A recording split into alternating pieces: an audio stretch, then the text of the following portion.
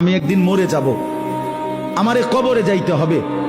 কবর থেকে একদিন আমাকে হাসরের ময়দানে বিচারের জন্য দাঁড় করানো হবে। আর সেই বিচারের ময়দানে আমার পুরা জিন্দেগির আমল নামা, লিখিত কপি, ফাইল আমার হাতে দেয়া হবে।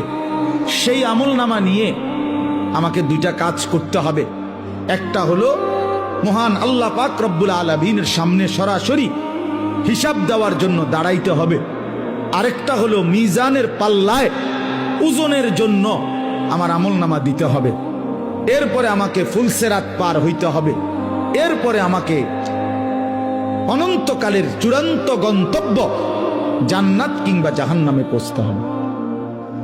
এই এতটুকু স্টেজ, মৃত্যু, কবর, হাসরের ময়দান, আমলনামা হাতে নেওয়া, আল্লাহ পাকের মুখোমুখি হওয়া, মিজানের পাল্লায় ওজনের জন্য দেওয়া, ফুলসেরাত পার হওয়া, অতঃপর জান্নাত বা জাহান্নামে পৌঁছা, এই বিষয়গুলো এক সেকেন্ডের জন্য, একদিনের জন্য আল্লাহর কসম, মোমেন ভুলে গেলে তার জিন্দেগি বরবাদ।